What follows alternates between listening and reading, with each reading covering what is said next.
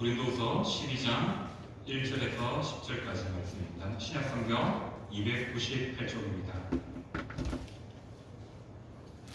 한 절씩 교독하여 읽도록 하겠습니다. 제가 먼저 읽습니다.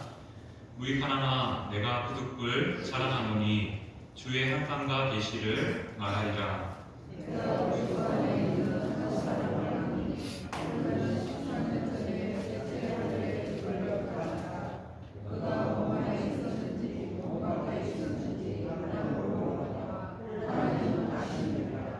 내가 이런 사람을 아노니 그가 몸 안에 있었는지 몸 밖에 있었는지 나는 모르거니와 하나님은 아시느니라.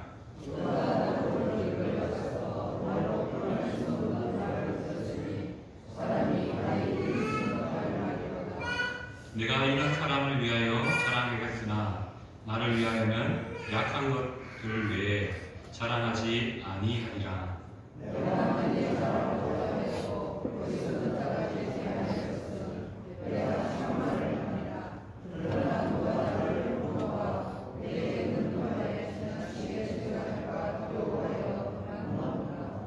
여러 계시를 받는 것이 지극히 크므로 너무 자만하지 않게 하시려고 내 육체에 다시 곧 사탄의 사자를 주셨으니 이는 나를 쳐서 누군 자만하지 않게 하려 하심이라.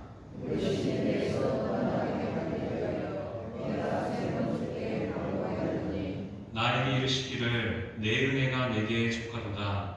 이는 내 능력이 약한 데서 온전하여 지니라 하신지라. 그러므로 도리어 크게 기뻐함으로 나의 여러 약한 것들에 대하여 자랑하리니 이는 그리스도의 능력이 내게 머물게 하려 함이라. 그러므로 내가 그리스도를 위하여 약한 것들과 능력과 궁핍과 박해와 공고를 기뻐하노니 이는 내가 약한 데에 약하니라. 아멘. 성도님들이 기억하시는 가장 어릴 때의 기억은 언제쯤 됩니까? 혹시 아마 6살, 7살 때의 기억이 있으십니까? 너무 오래돼서 맞죠? 가물가물하고 잘 기억나지 않을 겁니다. 하지만 또 우리가 주위의 자녀와 또 주위의 손자, 손녀를 보면 한 7살 이때쯤에 그 모습이 어떠했는지 한번 생각나실 겁니다. 그때 우리는 어땠을까요? 할 수 있는 일이 참 많지 않았습니다. 그래서 아버지가 뭐 가까이 있는 물건 하나만 들어줘도 아버지가 대단하다라고 생각하면서 나를 이렇게 도와주시니 너무 감사하다라는 생각을 합니다. 또 우리가 살다 보면 내가 잘 하지 못하는 일들도 있고요. 또 내게 좀 부족한 힘도 있습니다. 그때 누군가 나를 도와주거나 이 일을 대신해주면 나의 약한 부분을 보완해주는 일을 하면 그 일에 대해서 참 고맙게 여기고 감사하게 여기며 살아가게 됩니다. 또 때로는 그게 너무 고마우면요, 또 사람에게 자랑하죠. 나에게는 이런 친구가 있다, 나에게는 이런 부모가 있다, 자녀가 있다라고 자랑하게 됩니다. 그렇게 우리가 혼자 사는 것이 아니라 함께 도움을 주면서 도움을 받으면서 살아갑니다. 자, 오늘 말씀 외우시는 이렇게 한번 정해봤습니다. 나의 참 자랑 대신 예수님을 자랑하자. 약함을 자랑하라라는 제목을 정했지만 이 이면에는 우리의 예수님을 자랑하자라는 요지로 오늘 주어진 말씀을 함께 나누고자 합니다. 자, 성도님들은 사람들이 모였을 때, 함께 모였을 때 무엇을 자랑하십니까? 요즘에는 뭐 자랑 금지 하면서 돈 내고 자랑해라, 밥 사고 자랑해라 라는 말도 하죠. 우리는 남편도 자랑하고 또 부인도 자랑하고 자식도 자랑하고 또 뭐 우리 집 부엌도 자랑하죠. 부엌도 자랑하고 심하게는 우리 집의 개가 강아지를 몇 마리 낳았다, 이런 문제까지도 자랑합니다. 왜 이렇게 우리는 자랑하면서 살아갈까요? 그 자랑을 통해서 내가 조금 더 평안하게 있다는 것을 남들에게 보여주고 싶은 마음도 있고요. 또 내가 당신보다 좀 좋은 위치에 있다는 것도 보여주고 싶기 때문에 우리는 자랑하려고 하는 마음들이 우리 가운데 많이 있습니다. 그리고 우리는 또 자랑하죠. 어떤 걸 자랑합니까? 신앙에 있어서도 자랑함이 있습니다. 어떤 자랑이죠? 내가 젊었을 때는 이랬는데, 우리가 알다시피 한국교회는 80년대까지 굉장한 부흥을 맛봤습니다. 그래서 그때 때쯤 신앙생활 하신 분들은 신앙에 자랑거리가 있습니다. 내가 이렇게 섬겼을 때는 이러한 복을 하나님께서 교회 가운데 부어주셨다. 또 나도 그렇게 자라났다라는 고백을 할 수 있을 겁니다. 그렇게 우리는 어떻게 보면 사람들이 모였을 때 내가 가진 무엇인가를 계속 자랑하고 싶은 마음들로 가득 차 있습니다. 그래서 내 말을 좀 들어주고 내 말을 알아주기를 바라는 마음이 우리 가운데 있지요. 오늘 함께 읽었던 말씀에도 한 사람의 자랑이 등장합니다. 그런데 이 자랑은 조금 우리가 하는 자랑과는 다릅니다. 누구의 자랑일까요? 바로 이 편지의 주인공인 저자인 바울의 자랑입니다. 오늘 본문을 이해하기 위해서는 고린도후서 11장, 12장 전체에 대한 이해가 필요합니다. 간단히 정리하면 이겁니다. 바울이 지금 처한 상황이 있습니다. 어떤 상황이냐면 자신이 사도라는 직분으로 사역을 감당하고 있는데 거짓 사도들이 나타나서 말하죠. 바울이 사도됨의 권위가 어디에 있느냐? 무엇으로 네가 말씀을 전하느냐라고 그러한 권위 문제로, 자격 문제로 다툼이 일어나고 있습니다. 왜냐하면 이 당시 사도라면 눈에 보이는 그런 간증, 기적, 환상의 경험이 있어야 됐습니다. 이거죠. 나는 어젯밤 하늘나라에 다녀왔다. 나는 꿈속에서 하나님의 특별한 음성을 들었다. 나는 또 하나님이 주신 힘으로 말미암아 기적과 같은 일들을 베풀었다. 이런 식으로 자랑해서 사도의 권위, 자격 문제를 높이는 일들을 행했습니다. 특별히 거짓 사도들의 입장에서 바울을 바라보니까 바울의 삶에는 특별한 체험들, 경험들이 없어 보였지요. 그래서 바울을 향하여서 네가 사도로서의 자격이 있느냐라고 시비를 걸게 됩니다.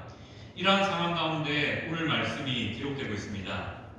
오늘 말씀 12장 1절 말씀을 보면 바울은 무익하나마 이것이 뭐 큰 도움이 되겠냐라는 마음과 함께 부득불 자랑한다라고 말합니다. 무엇입니까? 바로 주의 환상과 계시, 당시 거짓 사도들이 내세웠던 사도의 자격 문제를 말했던 나의 영적인 체험들을 자랑한다라고 말씀하고 있습니다. 이 자랑은 바울이 자신의 사도 자리를 지키기 위함이 아니라 자신의 전하는 그 복음에 가치를 더하기 위해서 하는 그런 이야기입니다. 12장 2절에서 4절 말씀을 통해서 내가 그리스도 안에 있는 한 사람을 안다라고 말합니다. 바울은 내가 이런 일을 경험했다라고 말하는 게 아니라 대신하는 한 사람을 세워서 내가 이 사람을 아는데 이 사람이 이러한 영적인 경험을 가지고 있다라고 말하고 있습니다. 여기서 말하는 그리스도 안에 있는 한 사람 누구겠습니까? 바울이죠.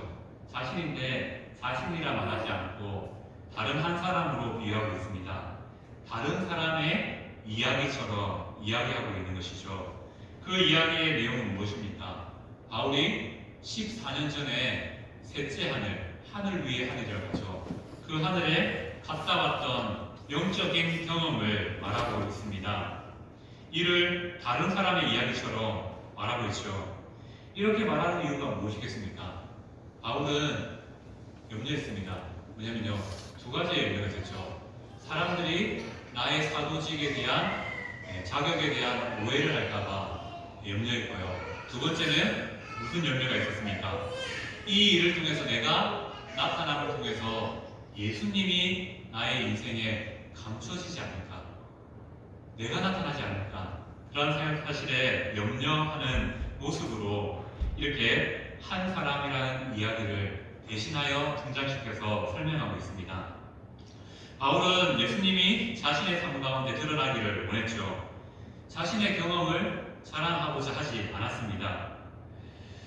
이러한 자랑들이 우리 가운데 있어야 되죠. 근데 우리는 의외로 눈에 보이는 것들을 자랑하기 참 쉽습니다. 제가 학부 시절에, 저는 학부도 신학과를 갔었는데요. 학부 시절에 한 교회의 등교 기도회를 방문한 적이 있습니다. 그때는 제가 사역을 하지 않을 때이기 때문에 다른 교회 교회를 방문해서 한번 그 교회에 참여했는데 그 교회는 우리 교단의 교회였지만 은사 운동을 강조하는 교회였습니다. 그래서 그 교회 가서 기도를 열심히 하고 있는데 저 빼고 다 방언으로 기도하고 있더라고요. 저 빼고 다 방언으로 기도하면서 또 중간에는 예언하는 사람도 있다라고 하더라고요. 그리고 그 예언을 또 친히 또 행하는 그 교회의 사모님이 있었습니다. 그래서 참석했을 때 많은 사람들이 어떻게 고민하냐, 그 사모님을 만나다 사모님이 좋은 말을 해주실 거야, 예언해 주실 거야. 그리고 그 사모님이 기도회 가운데 하는 모습을, 하는 행동들을 봤는데 뭐하고 계시냐면요, 돌아다니면서 사람들의 기도를 계속 듣고 있는 겁니다. 이기도 듣고 저기도 듣고 그렇게 하는 모습들을 보았습니다. 그리고 늘 하는 것이, 그분은 그 사람에 대해서, 문제에 대해서 예언을 해준다라고 말하더라고요. 그래서 꼭 한번 만나봐라 했지만 저는 만나지 않았습니다. 오히려 저는 그 자리에서 좀 이상한 경험을 했습니다. 방언기도 못한다고 정죄당해 보셨습니까? 저는 당해봤습니다. 그 교회 갔는데 당해봤습니다. 아무튼 이 교회는 이렇게 은사적인 일들을 행하는 교회였습니다. 그리고 또 특이점이 있으면 그 교회는요, 사모님을 만나보다면 어떻게 되냐면요, 사역자가 됩니다. 간사가 돼요. 그 교회의 간사가 돼요. 그래서 제가 놀랐는데 그때 한 60여 명의 사람이 있었는데 한 30명 정도의 사역자예요. 교회에. 그 사람들은 어떻게 하면요, 그 공동체에서 함께 합숙하면서 또 말씀을 전하는 일, 또 주일학교 사역 이런 식으로 함께 모여서 사역하는 모습을 가진 그런 공동체를 본 적이 있습니다. 그 교회는 늘 자랑하는 게 뭐냐면요, 우리는 이렇게 은사가 넘친다, 능력이 넘친다, 성령의 능력이 넘친다라고 자랑하면서 많은 사람들을 이끄는 그런 모습을 봅니다. 안타깝게도 지금은 이 교회가 제가 방문한 다음 해인가 두 해 뒤에 교단에 이 교회가 좀 문제 있는 것 같다, 조금 점검해달라라는 요청하되 지금은 좀 자제하고 있는 걸로 알고 있습니다. 그렇게 자신의 교회에 예수님이 나타나고 예수님이 드러나서 예수님을 자랑해야 되는데 우리는 이러한 능력이 있다는 것을 자랑하는 교회를 경험한 적이 있습니다. 바울도 이러한 영적인 경험이 있었지요. 하지만 바울은 그러한 영적인 경험을 자랑하는 것이 아니라 오히려 내 안에 계신 예수님을 자랑하고자 자신의 모든 경험들을 감추고자 하는 그러한 모습이 오늘 본문 가운데 나타났습니다. 그리고 바울은 자신의 입으로 말하죠. 내가 자랑할 것은 한 가지 있는데 무엇이냐? 바로 내 안에 있는 예수 그리스도, 바로 나의 약함이 나의 자랑이다 라고 말씀하고 있습니다. 바울의 자랑은 예수 그리스도이기에 다른 것을 나타내기 원치 않았다는 것이죠. 그래서 바울은 약함이라는 이 단어를 통해서 내가 자랑할 것은 약함밖에 없다. 이 말은 다른 의미로 무슨 말이겠습니까? 내가 약하기 때문에 나는 누가 필요하다고요? 하나님이 필요하다라고 고백하며 살았습니다. 바울이 자신의 어떠함을 자랑했다라고 한번 생각해 보십시오. 예를 들어서 자신이 가진 부유함을 자랑했다면 그 부유함을 위해서 바울은 더 이상 그 영역에서, 재정적인 영역에서 하나님의 도움을 구하지 않았을 것입니다. 만약 바울이 힘이 있었다면 그 힘으로 인해서 할 수 있는 일이 많기 때문에 그 힘 가운데 하나님의 도움을 구하지 않았을 것입니다. 하지만 바울은 약하다라는 이 선언과 함께 약함을 자랑함을 통해서 오히려 하나님의 도우심을 구하는 그러한 삶을 살아가는 것이죠. 이렇게 생각하면 되겠죠. 내가요 강하면 내 삶 속에서 하나님이 일하실 자리가 적어진다는 것입니다. 내가 약할 때, 내가 할 수 없는 것들이 많지 않을 때, 그 문제를 하나님께 가지고 나아갈 때 오히려 하나님은 내 삶에 더 많은 역사로, 강함으로 나타난다는 것입니다. 그러므로 말미암아 우리가 해야 될 것은 무엇입니까? 성도는 우리의 약함을 자랑하는 자가 되어야 됩니다. 우리가 강함을 자랑함을 통해서 하나님이 설 자리가 없는 우리 인생이 아니라 내가 약함을 인정하여서 그 영역에 하나님을 모셔드리는 그런 지혜가 필요합니다. 지혜가 부족하죠. 살면서 지혜가 부족합니다. 그 지혜의 영역을 하나님께 내려놓고요. 하나님, 내가 이렇게 약해요. 지혜를 주세요. 하나님, 내가 이렇게 없어요. 채워주십시오. 내가 이렇게 힘이 없습니다. 나를 도와주십시오. 하나님, 나 혼자 할 수 없습니다. 내게 동력자를 주십시오. 바로 이러한 약함을 자랑하는 것이 우리의 신앙이 되어야 됩니다. 이러한 나의 약함을 인정하는 것은 무엇입니까? 바로 믿음이라는 겁니다.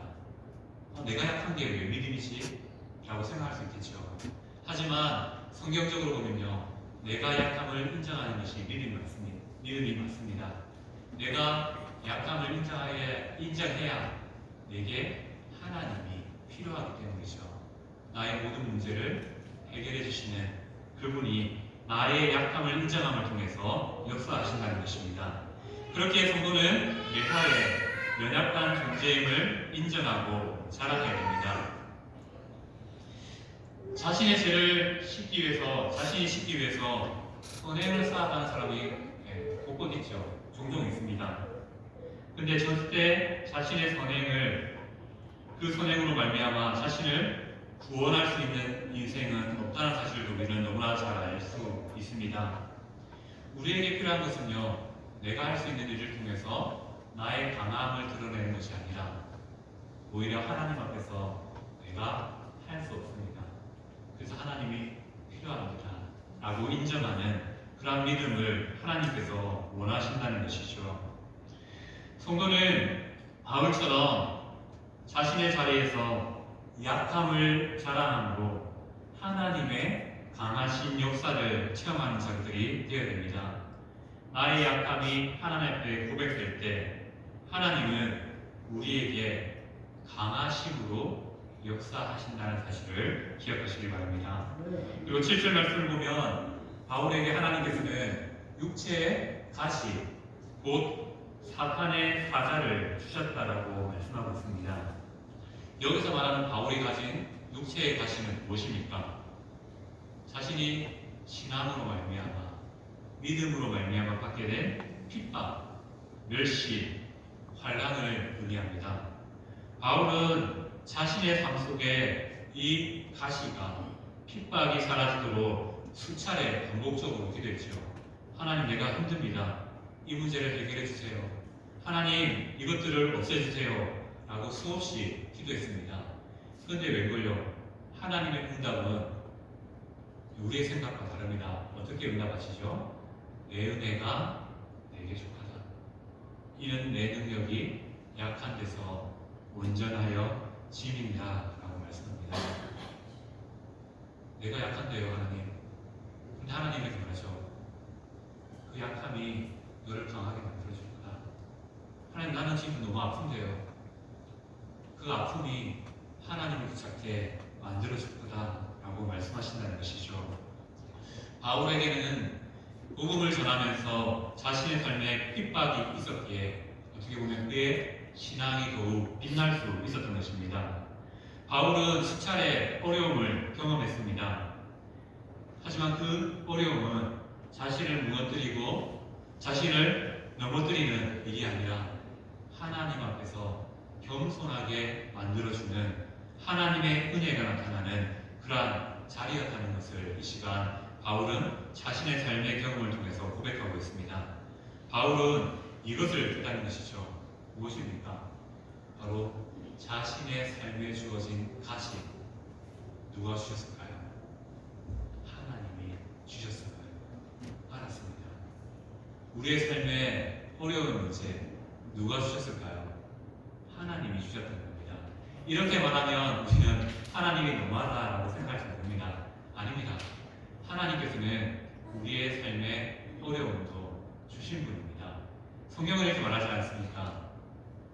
우리가 감당할 수 있는 것, 그것을 우리에게 주신다라고 분명히 성경은 말씀하고 있습니다. 사람들은 힘든 일을 당할 때 보통 하나님을 찾게 됩니다. 신의 도움을 구하게 되죠. 그 예가 미국의 사회를 통해서 나타난 게 두 차례 있죠. 첫 번째는 9.11, 우리가 알고 있는 그 9.11 테러를 통해서 비행기가 덤불에 부딪힘을 통하여서 많은 사람들이 생명을 잃게 됩니다. 근데 그 사건이 오히려 많은 미국인들을 다시 교회로 불러들이는 일이 됐습니다. 왜냐하면 이렇게 눈앞에서 감당치 못할, 사람이 감당하지 못할 일이 생기니까 다시 하나님을 기억하게 되었다는 것이죠. 그리고 최근에는 어떤 일이 있었습니까? 코로나19가 미국 전역, 우리나라도 마찬가지죠. 그렇게 휩쓸었을 때 어떤 일이 일어났냐면요. 미국 교회는 통계적으로요, 더 성도가 늘어났다라는 통계를 가지고 있습니다. 자신이 감당할 수 없는 이 육신의 병의 문제가 생기니까 사람들이 오히려 하나님을 찾게 되었다는 것이죠. 그런데 한국 교회는 좀 달라요. 코로나19가 닥치면서 많은 사람들이 교회를 이탈하게 됐습니다. 그런데 이탈만 했을까요? 아닙니다. 한국 교회에 거룩한 습관들이 나타나기 시작했습니다. 교회에 모이지 못하니까요, 성도들이 직접 말씀을 읽는 그런 모임들을 가지게 되었고요, 말씀을 읽는 운동들이 나타났습니다. 그리고 집에서 말씀 읽고 기도하는 그런 거룩한 습관들이 나타났습니다. 그래서 한국교회 통계도 이렇게 말합니다. 코로나19가 지나면서 성도는 줄은 것 맞다. 하지만 성도들의 신앙은 더 깊어졌고 더 성장했다라는 통계를 가지고 있습니다. 이것처럼 우리에게 당하는 어려움들이 우리를 좌절시키고 무너뜨린다고 생각하지만요, 아닙니다. 하나님은 이러한 어려움들을 통해서 우리를 더 겸손하게 만드시고 우리의 신앙을 더 성장시켜 주신다는 것이죠. 우리는 내게 닥친 일들로 인해서, 힘든 일들로 인해서 하나님 나라에서 불평하는 자가 아니라는 것이죠. 이 고난의 어려움의 목적도 깨닫는 자가 성도가 되게 되는 것이죠. 감히 말합니다. 물론 지금 성도들의 상황이 어떤 상황인지 잘 모릅니다. 진짜 마음이 내려앉고요, 어려움에 있는 상황에 있는 성도들도 있으면 합니다. 하지만 오늘 말씀을 바탕으로 감히 말씀드립니다. 우리의 당한 어려움은요, 하나님이 주셨습니다. 우리의 당한 이 어려움은요, 하나님이 우리를 회복시키려고 주신 기회라는 것입니다. 이 어려움의 문제를 통해서 우리는 약함을 인정하고 하나님을 찾아야 됩니다. 왜입니까? 하나님은 우리가 감당할 수 있는 시험 외에 주신 바가 없다라고 말씀하십니다. 이는 무엇을 의미합니까? 우리의 삶에 일어나는 모든 어려움의 문제가 바로 하나님께서 우리에게 주신 기회, 어떤 기회죠? 하나님을 더욱 붙잡게 만드는 기회임을 말씀하고 있습니다. 그러므로 우리는 이러한 어려움과 힘든 일 앞에 낭만하고 좌절하는 자가 아니라 다시 하나님을 붙잡고 일어서는 그런 성도가 되어야 됩니다. 오늘 또 10절 말씀을 보면 이렇게 말하죠. 바울은 10절 말씀을 통해서 그리스도를 위해서 자신의 약함을 기뻐한다라고 말합니다. 여기서 말하는 자신의 약함은 그리스도 때문에 받게 되는 능력, 궁핍, 박해, 고난을 의미합니다. 그러한 고난을 기뻐한다라고 말합니다. 왜입니까? 자신의 삶에 일어나는 이러한 문제들이 기쁘다고 말할 수 있는 거 쉽지 않지요. 하지만 바울은 말합니다. 이렇게 내가 약할 때 하나님께서 일하시기에, 하나님의 강함이 나타나기에 바울은 이러한 약함이 오히려 기쁨이 된다고 말하고 있습니다. 성도님들, 이렇게 고백할 수 있겠습니까? 내가 당한 그 어려움 앞에 나는 오히려 기쁘다. 쉽지 않지요. 그런데 불가능한 일도 아닙니다. 내가 어려움의 문제 앞에요, 이 어려움의 문제를 바라보면요, 마음은 무너지고 내려앉습니다. 그래서 도저히 기뻐할 이유를 찾지 못합니다. 하지만 그 어려움 뒤에 하나님을 바라보는 어떨까요? 바로 믿음이죠. 이것이 하나님께서 우리에게 원하는 믿음입니다. 그 하나님을 바라볼 수 있는 믿음이 생기면요, 어려움이 보이지 않고요, 회복시켜 주시고 강하게 만들어 주시는 그 하나님을 바라보게 됩니다. 그래서 바울처럼 오히려 내 삶에 문제진 그 문제들 앞에 오히려 하나님, 나는 내가 약해서 기쁩니다라고 고백할 수 있다는 것이죠. 이렇게 성도는 하나님을 바라보는 통하여서 하나님을 자랑하는 그러한 인생으로 바뀌어져야 된다는 것이죠. 특별히 예수님의 구원하심을 자랑할 수 있어야 됩니다. 하나님을 자랑한다는 것은 다른 말로 이겁니다. 내가 할 수 없음을 인정하는 것, 나의 약함을 말하는 것을 바로 하나님을 자랑하는 삶이라고 말씀드릴 수 있습니다. 나의 약함을 자랑할 때 하나님께서 나의 삶에서 일하여 주십니다. 이 사실을 믿으시길 부탁드립니다. 하나님을 자랑할 때 나의 부족함을 깨닫게 됩니다. 그리고 그 부족함을 통해서 오히려 하나님의 강함을 구하게 됩니다. 그 구함을 통하여서 하나님의 강함이 우리의 연약함 가운데 하나님의 도우심으로 능력으로 역사할 줄 믿습니다. 그렇게 우리가 하나님 앞에 약함을 인정할 수 있는 성도님 되시기를 간절히 소원합니다. 예, 말씀을 정리하겠습니다. 예, 유난히 힘이 센 개미 한 마리가 있었습니다. 그 개미는 얼마나 힘이 세냐면 다른 개미들은 쌀 한 톨도 들까 말까 하는데 자신은 쌀 두 톨도 거뜬히 드는 힘이 넘치는 그런 전사 개미가 있었습니다. 그는 그렇게 힘이 세니까 늘 자만했죠.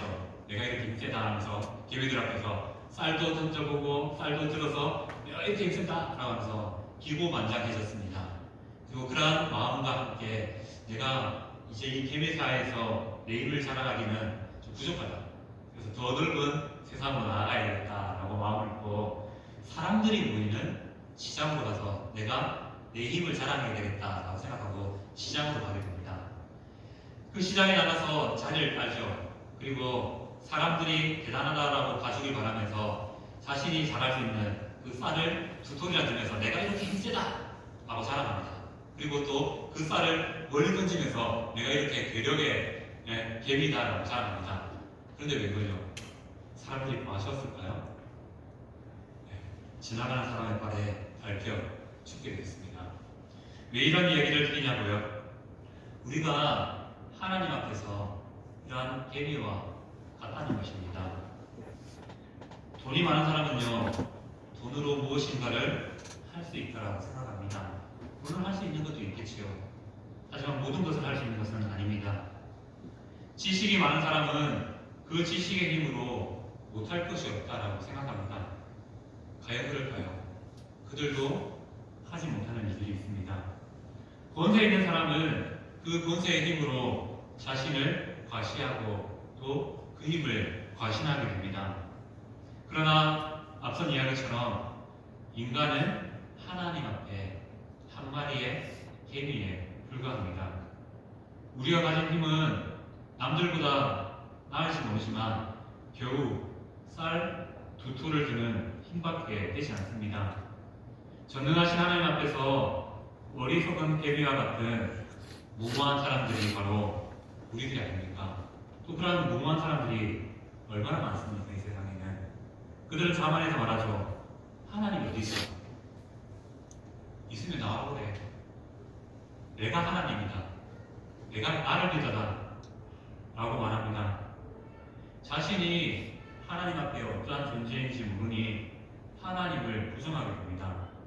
성도는 자신이 삶이 개미와 같은 존재임을 인정하는 삶입니다. 하나님 앞에 우리가 보잘것없다는 것을 인정할 수 있어야 됩니다.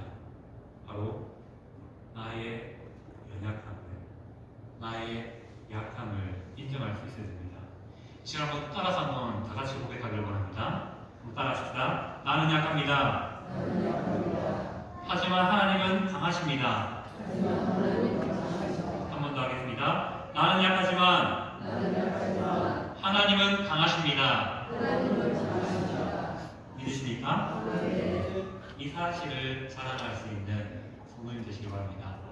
우리가 사람들이 볼 때는요, 세상 사람들이 볼 때 우리가 가진 약함을 자랑한다는 것이 참 없어 보일 수 있습니다.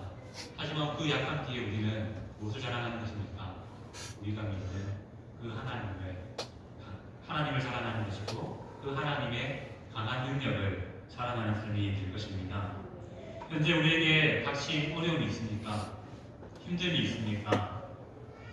하나님께서 성령님들의 삶을 성숙시켜 주시기 위해서 주신 기회입니다. 문제를 바라보면요, 우리의 마음이 무너집니다. 하지만 강함을 주시는 하나님을 바라보며 곧 일어설 수 있는 힘을 얻게 됩니다. 이것이 하나님께서 우리에게 원하시는 믿음입니다. 믿음은 무엇입니까? 눈앞에 바라보는 것들을, 보이는 것들을 바라보는 것이 아니라 항상 그 뒤에 계신 하나님을 바라보는 것이 믿음입니다. 그렇게 우리는 자신의 하지 못함을 인정하십시오. 그 문제를 하나님께 들고 나가십시오. 하나님께서 강하게 붙들어 주시는 역사가 우리의 약함을 인정하고 나아갈 때 우리의 삶에 시작될 것입니다. 나의 약함을 인정함으로 하나님의 강함을 자랑하시는 성도 되시기를 축원합니다. 우리 마지막으로 한 번 더 고백할까요? 저를 따라합니다. 나는 약하지만 하나님은 강하십니다. 아멘.